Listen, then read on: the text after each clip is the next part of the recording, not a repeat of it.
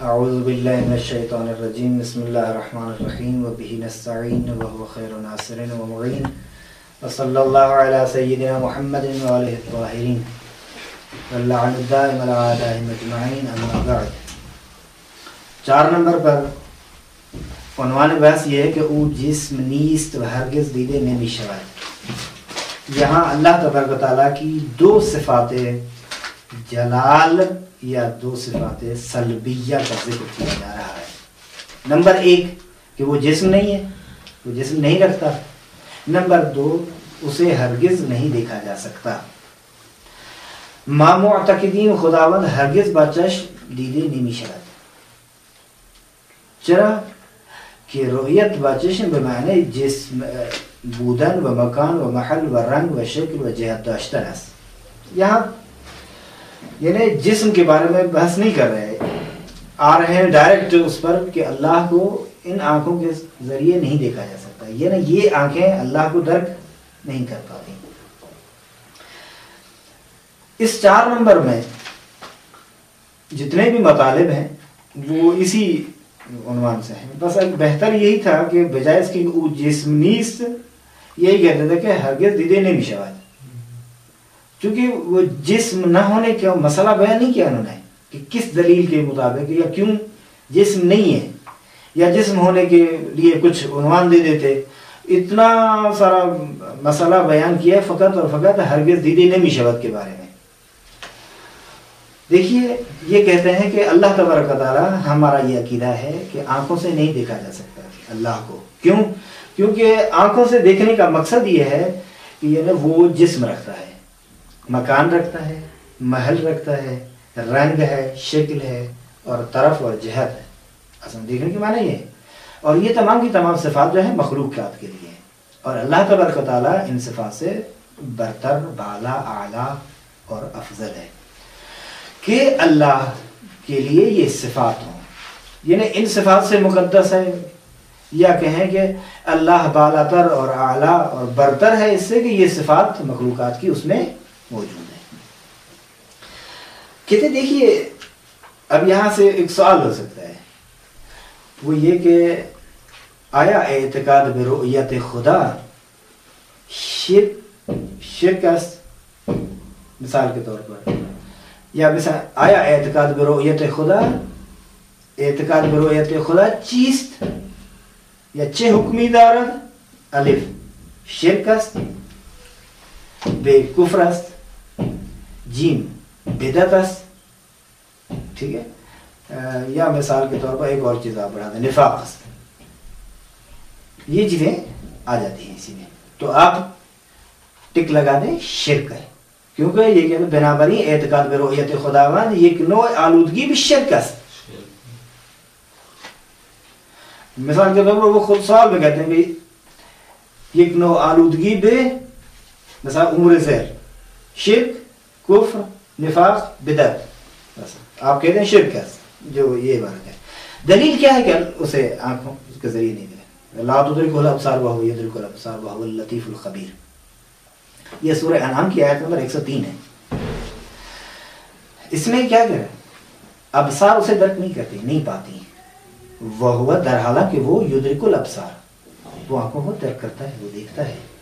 وہو اللطیف الخبیر، یہ جملہ ہے جو وہو اللطیف الخبیر معنی کو واضح اور عیاں کر رہا ہے. وہ لطیف اور آگاہ ہے. لطیف کا ترجمہ انہوں نے نہیں کیا، یہ کہتے ہیں کہ وہ بخشندے و آگاہ. لطیف کا ترجمہ کیا ہے؟ بخشندے، جبکہ اس طرح نہیں ہے. دیکھیے لطیف یعنی نامرئی شے، نامحسوس شے، باریک ایسی چیز جس کو نہ دیکھا جا سکے. اور اسی لیے اللہ تبارک و تعالیٰ کے لیے یہ صفت لائی جاتی ہے چونکہ اسے آنکھوں سے نہیں دیکھا جاتا، اسی لیے اسے کہتے ہیں. تو بس دیکھیے دوسری آیت جو انہوں نے یہ پیش کی ہے وہ یہ کہ اسی دلیل کی بنا پر کہ اللہ کو نہیں دیکھا جا سکتا، جب بنی اسرائیل کے بہانے باز افراد نے موسیٰ علیہ السلام سے رؤیت خدا کا تقاضا کیا، درخواست کی، اور یہ کہا لن نؤمن لک حتی نری اللہ جہرۃ، جب یہ کہا کہ ہم اے موسیٰ ہرگز تجھ پر ایمان نہیں لائیں گے یہاں تک کہ تو ہمیں دکھلا دے اللہ کو آشکار اور واضح طور پر، ہرگز بھی تو ایمان نمی آوریم تا خدا را آشکار بھی بینیم، حتی نری اللہ جہرتن، یہاں تک کہ ہم اللہ کو واضح طور پر نہ دیکھیں گے، یعنی جب تک نہیں دیکھیں گے ہم تب تک ایمان نہیں لائیں گے۔ تو کیا کہا اس وقت؟ تو اللہ تبارک و تعالیٰ نے حضرت موسیٰ علیہ السلام کو کوہ طور پر لے گئے اور وہاں انہی کے جملے کو تکرار کیا، یعنی نقل قول کیا، ان کے تقاضا کو بیان کیا۔ تو خداوند متعال کی طرف سے جو جواب ملا حضرت موسیٰ کو وہ یہ تھا، اب یہ ذہن میں رہے کہ حضرت موسیٰ خود نہیں چاہتے تھے، اس کو یقین تھا کہ اللہ کو نہیں دیکھا جا سکتا، لیکن چونکہ بنی اسرائیل کے بہانے باز افراد بار بار یہ تقاضا کر رہے تھے کہ ہم آپ کو نبی نہیں مانیں گے، ہم آپ پر ایمان نہیں لائیں گے جہاں تک کہ ہم اللہ کو واضح خود نہ دیکھیں، یعنی ہم خود دیکھیں گے تو آپ پر ایمان لے آئیں گے۔ جب یہ بار بار تقاضا کر رہے تھے تو حضرت موسیٰ علیہ السلام نے ان کے تقاضا کو بارگاہ الہی میں پیش کیا۔ جب بارگاہ الہی میں پیش کیا تو اللہ کی جانب سے جو جواب ملا حضرت موسیٰ کو وہ یہ تھا لن ترانی، تو ہرگز موسیٰ نہیں دیکھ سکتا، یعنی یہ موسیٰ کے لیے نہیں ہے، وہ تو اسے یقین تھا، یہ دوسروں کے لیے ہے۔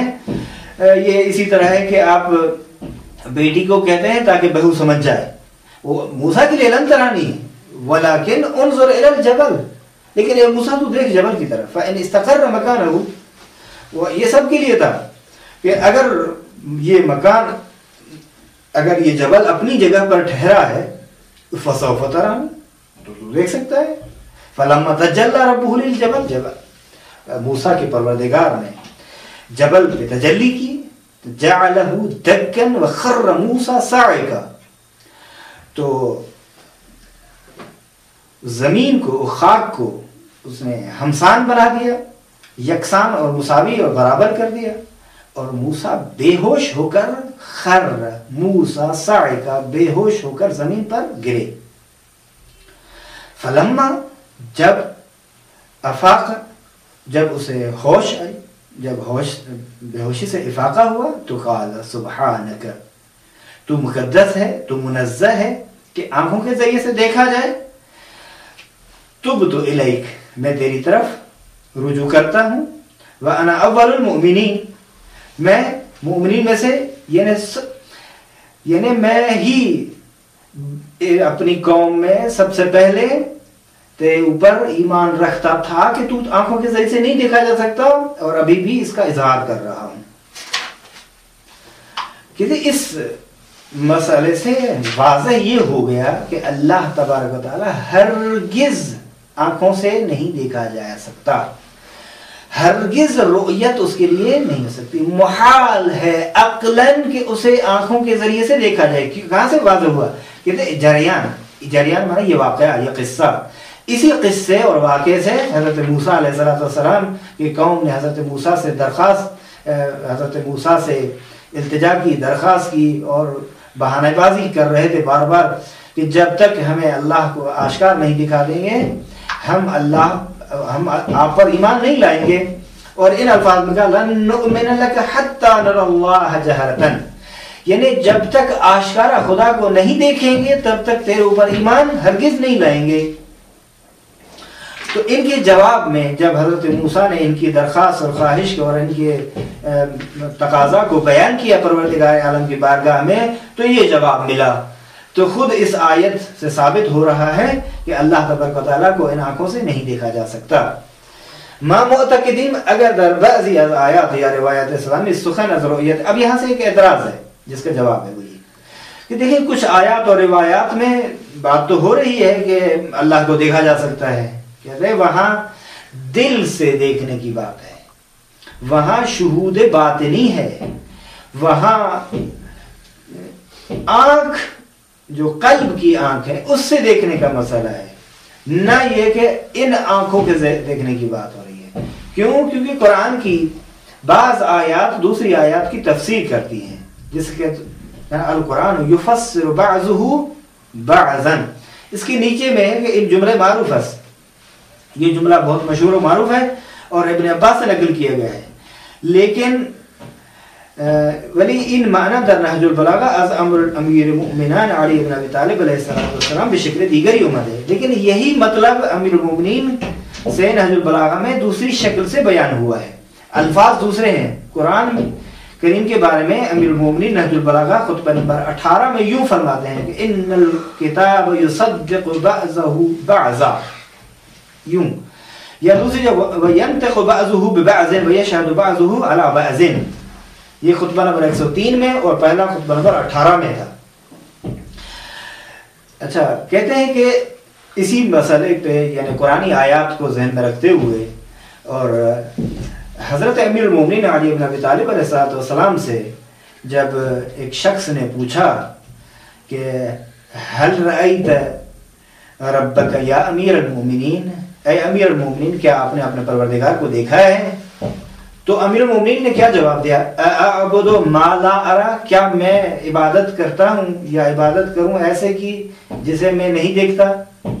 آیا کثیرہ کہ ندید ام پرستش کنم، جس کو میں نے نہیں دیکھا اس کی میں عبادت کروں اور پرستش کروں. پھر امام امیر المومنین نے یہی، چونکہ وہ شاید سمجھ رہا، پھر اس نے کہا کہ کیف، کس طرح آپ نے دیکھا ہے؟ امیر المومنین نے کہا کہ لا تدرکہ العیون بمشاہدۃ العیان، یہ آنکھیں اسے آشکارا طور پر نہیں دیکھ سکتی، ولیکن تدرکہ القلوب بحقائق الایمان، لیکن دلیں حقائق ایمان کی روشنی میں اسے درک کرتی ہیں، پا لیتی ہیں. اس کے بعد کہتے ہیں امام معتقدین صفات مخلوقات را برائے خدا قائل شدن از جملہ اعتقاد بالمکان و جہد و جسمیت و مشاہدہ و رؤیت سبب دور افتادن از معرفت خداوند و آلوده شدن بے شک است. یہاں کہتے ہیں کہ دیکھیے، یعنی اللہ تبارک و تعالیٰ کے لیے مخلوقات کی صفات ثابت کرنا یا قائل ہونا اللہ کے لیے مخلوقات کی صفات کا، کہتے ہیں کہ وہ کچھ امور کا سبب ہوا ہے. یعنی شرک، مثال کے طور پر مخلوقات کی کون سی صفات ہیں جو اللہ کے لیے دیتے ہیں اور وہ شرک کا سبب بنتی ہیں؟ مثال کے طور پر کہتے ہیں کہ اللہ کے لیے مکان خاص کا قائل ہونا، یا اللہ کے لیے ایک جہت خاص، مثلا اوپر کی طرف کہتے ہیں نا کہ خدا کہاں ہے، وہ اوپر، یہ اوپر نہیں نہ کہنا، نہ کہیں. یا اللہ کے لیے جسم کا ہونا، اللہ کے لیے رؤیت اور مشاہدہ کے، اللہ کو آنکھوں سے دیکھا جائے. یہ تمام صفات مخلوقات کی صفات ہیں، اور ان صفات کو اللہ تبارک و تعالیٰ کے لیے ثابت کرنے کا مقصد یہ ہے کہ اللہ کی صحیح معرفت حاصل نہیں ہو رہی، انسان اللہ کی صحیح معرفت سے دور ہو رہا ہے اور آلودہ ہو رہا ہے شرک سے. اب پھر کہتے ہیں آری او برتر از ہمیں ممکنات و صفات انحس و چیزی ہم مانندے او نمی باشد. کہتے ہیں ہاں، اللہ تبارک و تعالیٰ تمام ممکنات اور ممکنات کی صفات سے برتر اور بالا ہے، اور کوئی بھی چیز اس کی طرح نہیں ہے. یعنی لیس کمثلہ شیء. یہ مطلب تھا 4 نمبر پر، جس میں چند سوالات تھے. ان سوالات کو آپ مثال کے طور پر کہ مثال کے طور پر یہ سوال ہے کہ آیا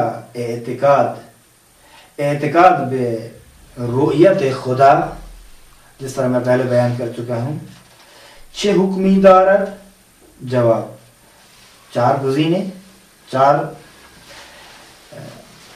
ان میں سے ایک یہ کہ نوع آلودگی بشک است، نمبر 2 نوع آلودگی بکفر است، نوع آلودگی ببدعت است، نوع آلودگی بنفاق است. آپ لکھ دیں، پہلے پہ ٹک کر دیں. اور مثال کے طور پر اس آیت سے حضرت موسیٰ اور حضرت موسیٰ کے قصے سے کیا ثابت ہو رہا ہے؟ نمبر 1، اللہ تبارک و تعالیٰ دنیا میں نہیں دیکھا جا سکتا. نمبر 2، دنیا اور آخرت دونوں میں نہیں دیکھا جا سکتا. نمبر 3 حضرت موسیٰ نہیں دیکھ سکتے لیکن ہمارے پیغمبر دیکھ سکتے ہیں. یہ نمبر 4 یہ ہے کوئی بھی نہیں دیکھ سکتا مثال کے طور پر, یا پھر کہیں گے کوئی بھی اور دنیا اور آخرت میں کوئی بھی نہیں دیکھ سکتا. تو جہاں یہ ہو کہ دنیا اور آخرت میں نہیں دیکھ سکتے, یا یہ عبارت ہو کہ کوئی بھی اسے نہیں دیکھ, ان آنکھوں کے ذریعے سے نہیں دیکھ سکتا, تو وہاں ٹک کر دیا.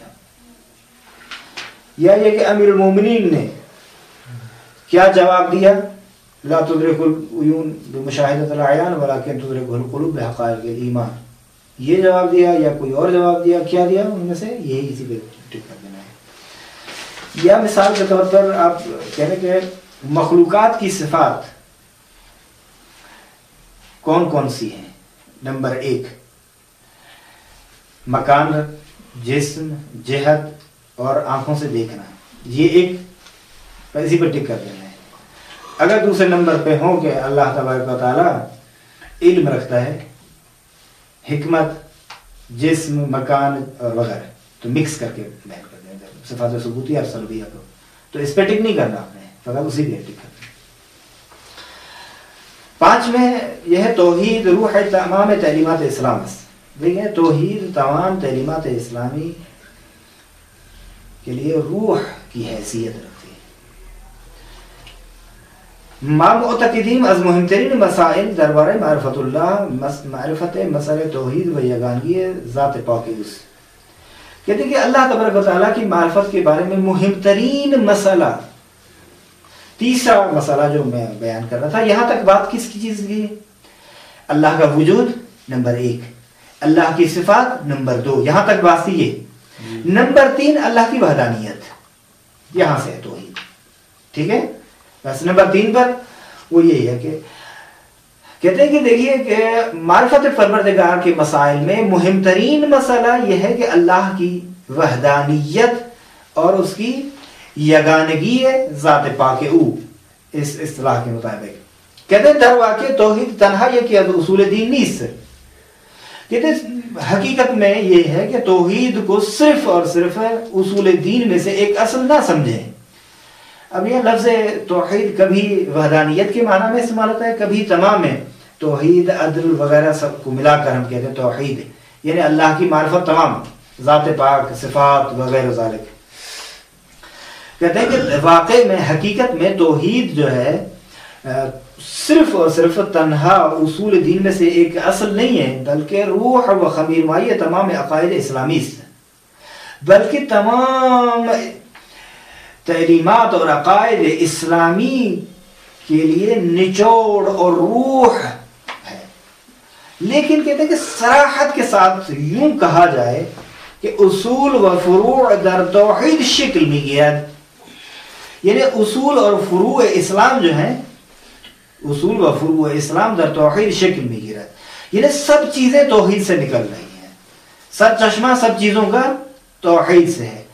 ہمیں جا سخن از توحید و یگانگی, کہتے ہیں تمام جگہوں پر اصول دین میں یا فروع دین میں بات جو ہے وہ توحید کی ہے, بات ہو رہی ہے, وہ اللہ کی وحدانیت کی بات ہو رہی ہے, وحدت ذات پاک و توحید صفات و افعال خدا. جو بات ہے وہ اللہ کی وحدانیت کی بات ہے, اللہ کی صفات کی توحید کی بات ہے, اللہ کے افعال کی وحدانیت کی بات ہے. کہتے ہیں کہ ودر تفسیری دیگر وحدت دعوت انبیاء, وحدت دین و آئین الہی, وحدت قبلہ و کتاب آسمانی ما, وحدت احکام و قوانین الہی در برای تمام افراد بشر, و بالاخره وحدت صفوف المسلمین و نیز وحدت یوم المعاد. یعنی بہت ساری چیزیں یہاں آ گئی. نمبر 1 وحدت ذات پاک, یعنی اللہ ذات میں واحد ہے, اس کا کوئی شریک نہیں ہے. توحید صفات, یعنی جس طرح وہ ذات میں ایک ہے صفات میں بھی ایک ہے. افعال, یعنی وہ افعال جو انجام دیتا ہے اس میں بھی واحد ہے, خلق کرنا, رزق دینا وغیرہ ذالک. و در تفسیری دیگر, کہتے اب اسی کو ہم دوسرے لفظوں میں یوں بیان کرتے ہیں, دوسرے الفاظ میں, بعبارت اخرى, دوسری تفسیر توحید کی یوں بھی بیان کی جا سکتی ہے, یعنی وحدت دعوت انبیاء, تمام انبیاء کی دعوت ایک تھی. وحدت دین و آئین الہی، اللہ کا دین ایک ہی ہے، آدم سے لے کر خاتم تک، خاتم سے لے کر خاتم الاوصیاء تک، اور وہاں سے لے کر معاد تک، تمام کے تمام جو آپ دین دیکھ رہے ہیں وہ دین ایک ہے، لیکن شریعتیں مختلف ہو رہی ہیں. کبھی حضرت موسیٰ کی شریعت ہے، کبھی مثال کے طور پر حضرت ابراہیم کی شریعت ہے، کبھی نوح کی شریعت ہے، کبھی عیسیٰ علیہ السلام کی شریعت ہے، کبھی پیغمبر اکرم کی شریعت ہے. شریعتیں تبدیل ہوتی رہتی ہیں، وہ ایک مخصوص پیریڈ کے لیے تھی، وہ پھر نسخ ہو جاتی تھی، لیکن دین ایک ہے. عیسائیت میں دیکھیں گے، یہودیت میں دیکھیں گے، اسلام میں دیکھیں، تمام دین ایک ہے. اچھا، وحدت قبلہ، قبلہ ایک، آسمانی کتاب جو ہیں وہ سب ایک. وحدت احکام و قوانین الہی دربارہ تمام افراد بشر. دیکھیں یہ اسلام جو ہے، اس کے احکام اور قوانین جو ہے اللہ کی ایک خاص افراد کے لیے نہیں ہے، بلکہ تمام افراد بشر کے لیے ہے. وبالآخر وحدت صفوف، البتہ اس تفسیر سے بہتر وہ پہلی تفسیر ہے، یہ بتا دوں آپ کو. مثال مسلمانوں کے صفوں کا واحد ہونا، ونیز وحدت یوم المعاد، اور قیامت کا ایک ہونا. دیکھیں یہ تفسیر جو ہے تفسیر توحید بہتر نہیں ہے اس سے پہلے والے سے، پہلی والی تفسیر بہتر ہے. کہتے ہیں کہ بے حمید دلیل قرآن مجید از ہر گنے انحراف از توحید الہی و گرایش بشرکرہ گناہی نابخشودنی می شمرت. دیکھیں اسی دلیل کی بنا پر قرآن کریم توحید الہی سے انحراف اور شرک کی طرف مائل ہونے کو ایک ایسا گناہ بیان کر رہا ہے جو گناہ قابل بخشش نہیں ہے. ان اللہ لا یغفر ان یشرک بہ، بتحقیق اللہ تبارک و تعالی معاف نہیں کرتا کہ اس کے ساتھ کسی کو شریک قرار دیا جائے.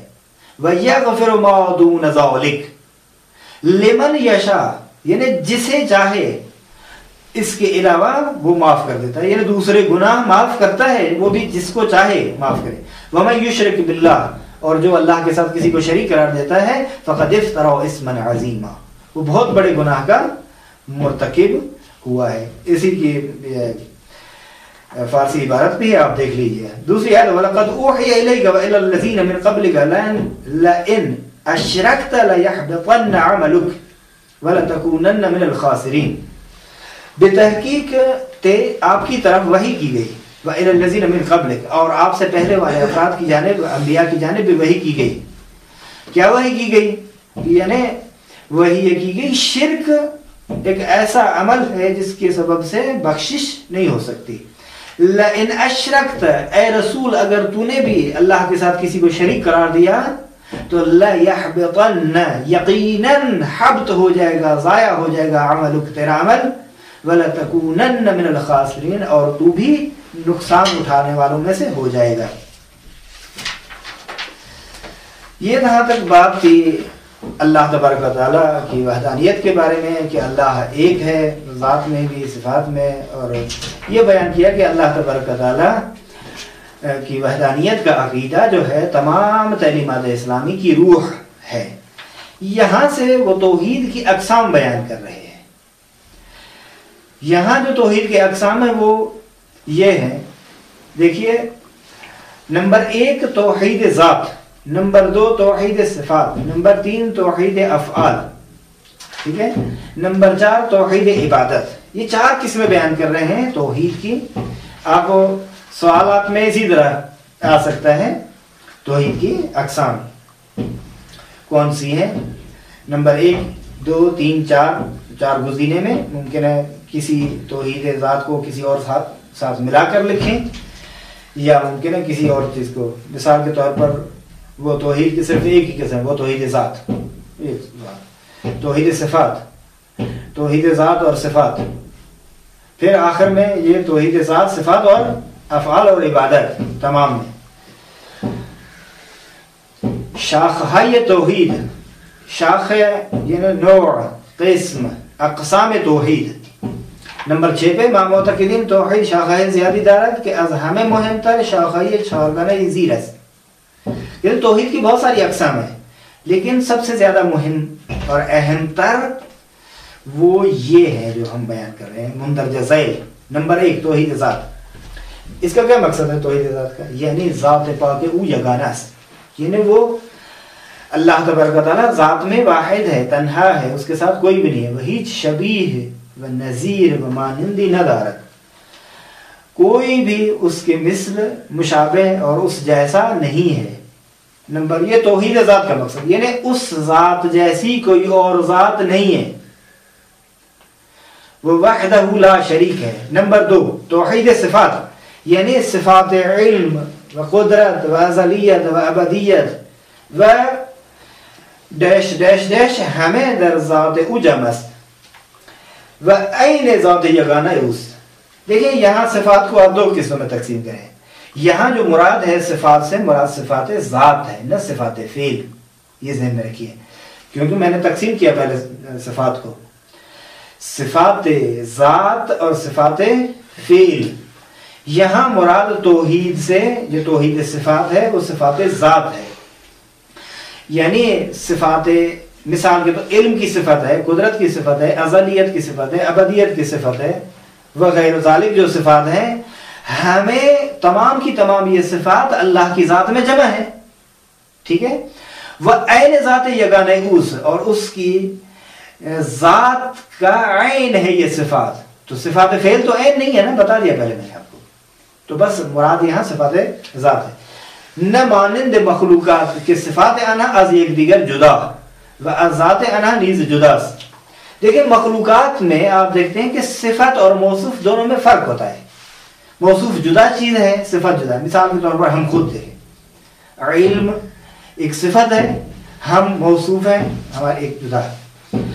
ہمارا علم عارض ہوتا ہے ہم پر، پہلے ہم جاہل تھے، کچھ پڑھ کر کچھ نہ کچھ سیکھ لیا، لہذا ہماری صفات ہم سے جدا ہیں.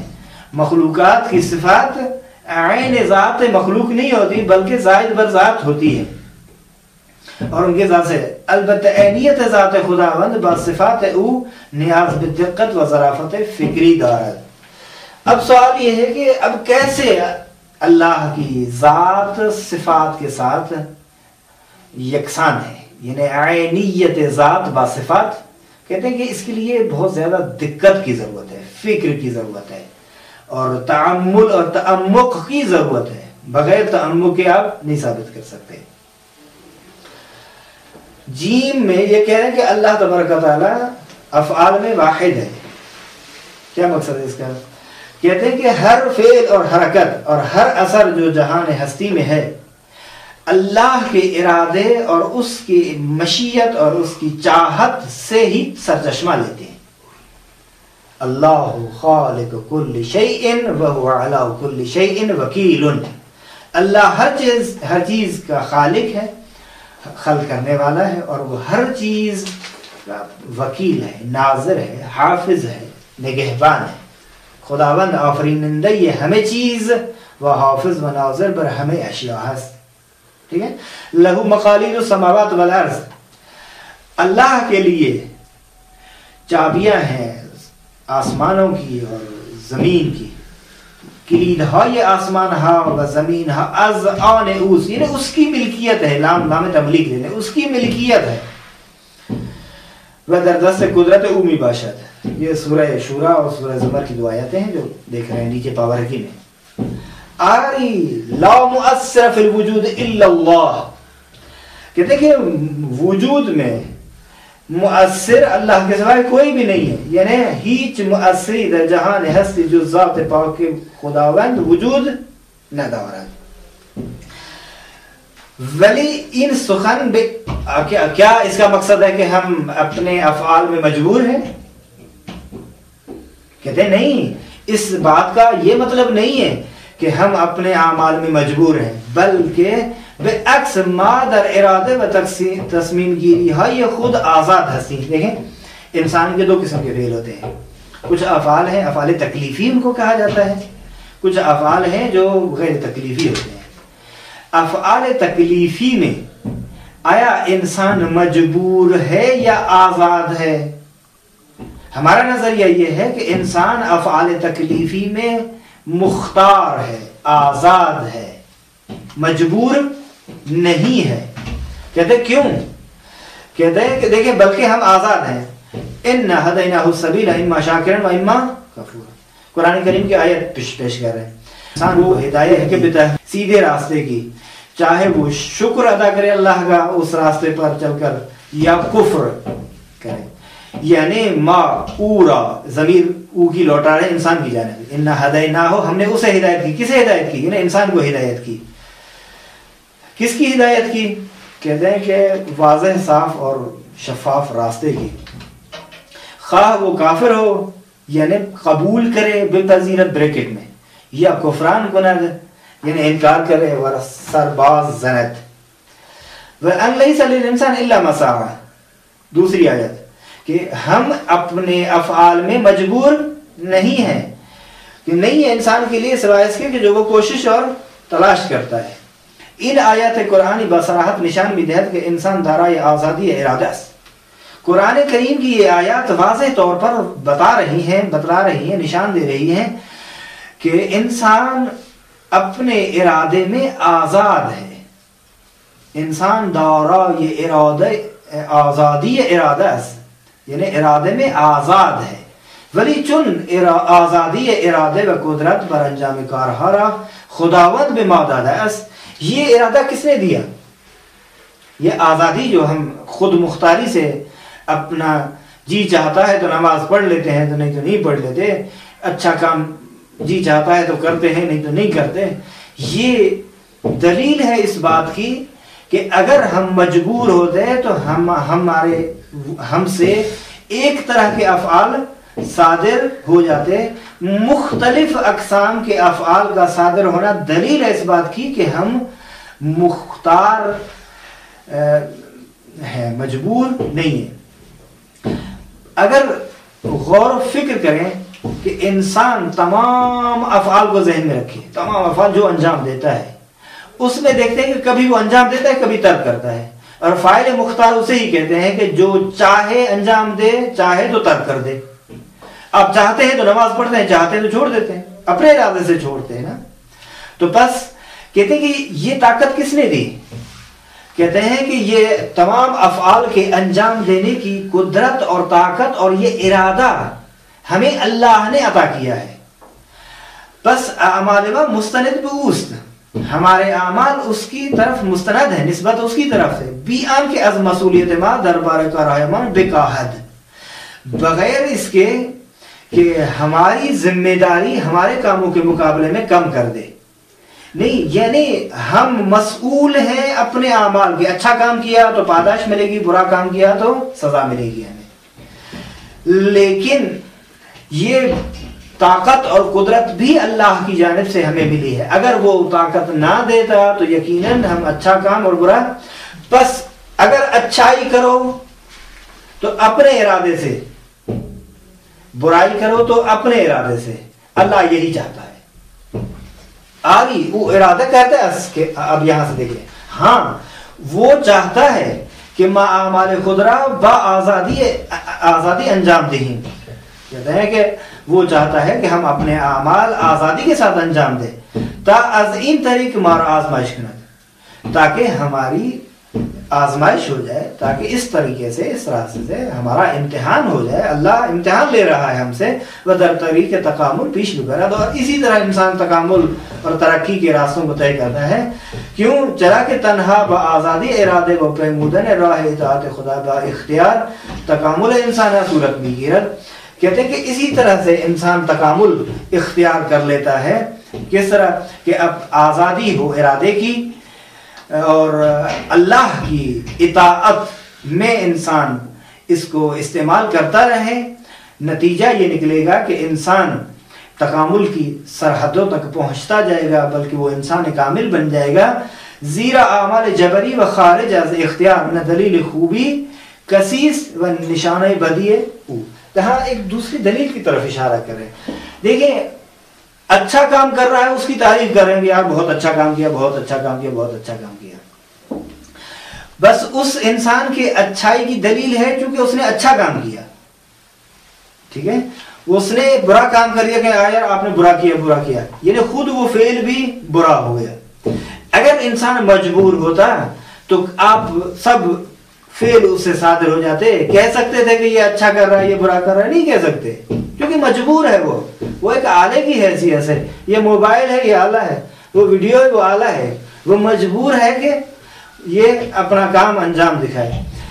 اپنا اس کا ارادہ نہیں ہے کہ جہاں چاہے اپنے ارادے سے 1 سیکنڈ کے بعد وہ ٹھہر جائے، نہیں، اپنا ارادہ اس کا نہیں ہے۔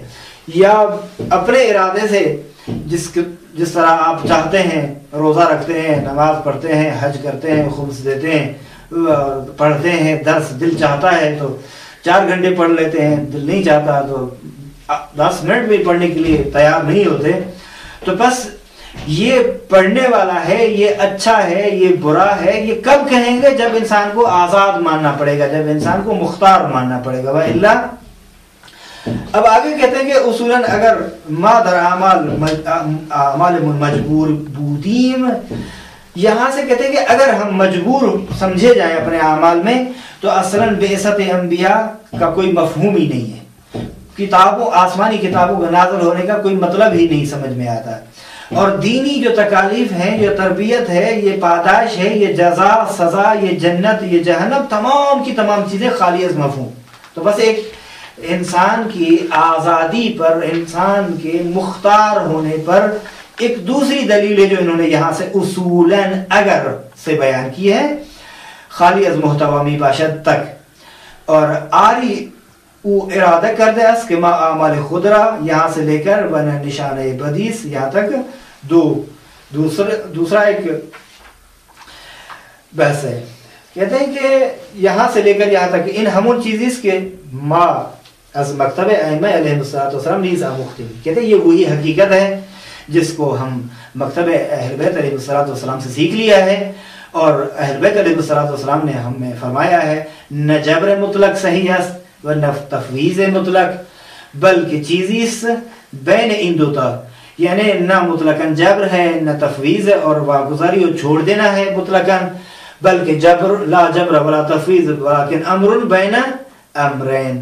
باقی توحید کی یہ قسم ہے، توحید در عبادت، اس کے بارے میں یہ یوں کہتے ہیں کہ دیکھیے، اور آخری قسم ہے توحید کی، توحید عبادت کا مقصد یہ ہے کہ عبادت صرف اللہ کے لیے، اس کے علاوہ کسی کی عبادت جائز نہیں ہے، بلکہ شرک ہے کسی کی عبادت ہے، اور کوئی معبود اللہ کی ذات کے علاوہ نہیں ہے۔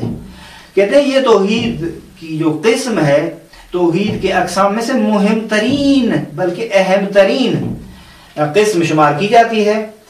انبیاء الہی نے اسی پر بھروسہ کیا اور اسی کو زیادہ زور دیتے رہے، وما امروا الا ليعبدوا الله مخلصین له الدین حنفاء وذلك دین القیمہ۔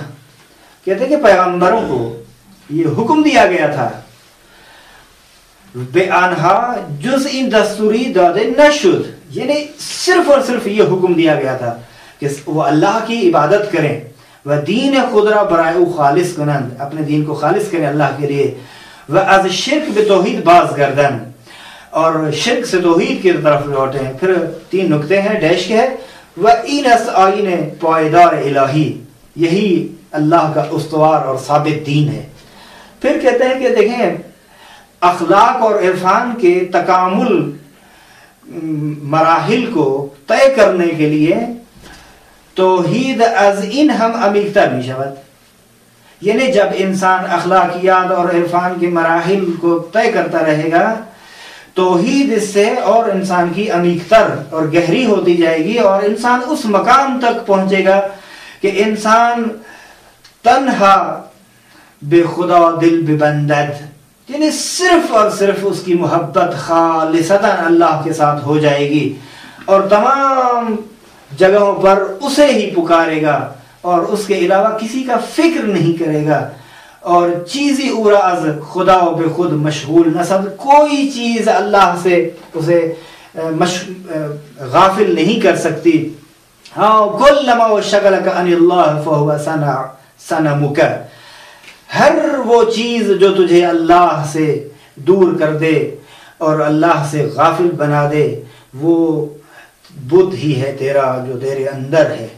یہاں سے پھر معتقدین سے کہتے ہیں کہ توحید کی اقسام انہی میں منحصر نہیں ہے، بلکہ توحید مالکیت بھی ہے، للہ ما فی السماوات و ما فی الارض سے ثابت ہے، توحید حاکمیت بھی ہے، یعنی تشریع اور قانون گزاری کا حق صرف اللہ کو حاصل ہے، تشریع قانون کا حق، یعنی قانون تنہا قانون خدا، کسی اور قانون کی پیروی نہیں، فقط اللہ کے قانون کی پیروی، فقط قانون بنانے کا حق اللہ کو ہے، نافذ کرنا امام کا کام ہے، پہنچانا نبی کا کام ہے۔ وَمَن لَمْ يَحْكُمْ بِمَا أَنزَلَ اللَّهُ فَأُولَٰئِكَ هُمُ الْكَافِرُونَ۔ ہاں اللہ کے حکم کے مطابق اگر کوئی حکم نہیں کرتا تو یقیناً وہ کافر ہے۔ ہمیں از شاخہ یہ توحید ہے، جتنی قسمیں ہم نے بیان کی، یعنی وہ 5 کے علاوہ یہ جو ان 4 کے علاوہ یہ جو 3 قسمیں تھی، توحید مالکیت، توحید حاکمیت، یہ بھی انہی میں 6 ہو جائیں گے، بلکہ اس سے بھی زیادہ ہے جو یہاں بیان نہیں کی گئی، کیونکہ یہاں بیان نہیں کی گئی، ہم نے بیان نہیں کرے، اور اسی مطلب پر اتفاق کرتے ہیں۔ انشاءاللہ آئندہ آگے گفتگو کی جائے گی۔ وصلی اللہ علیہ سیدنا محمد وعلیہ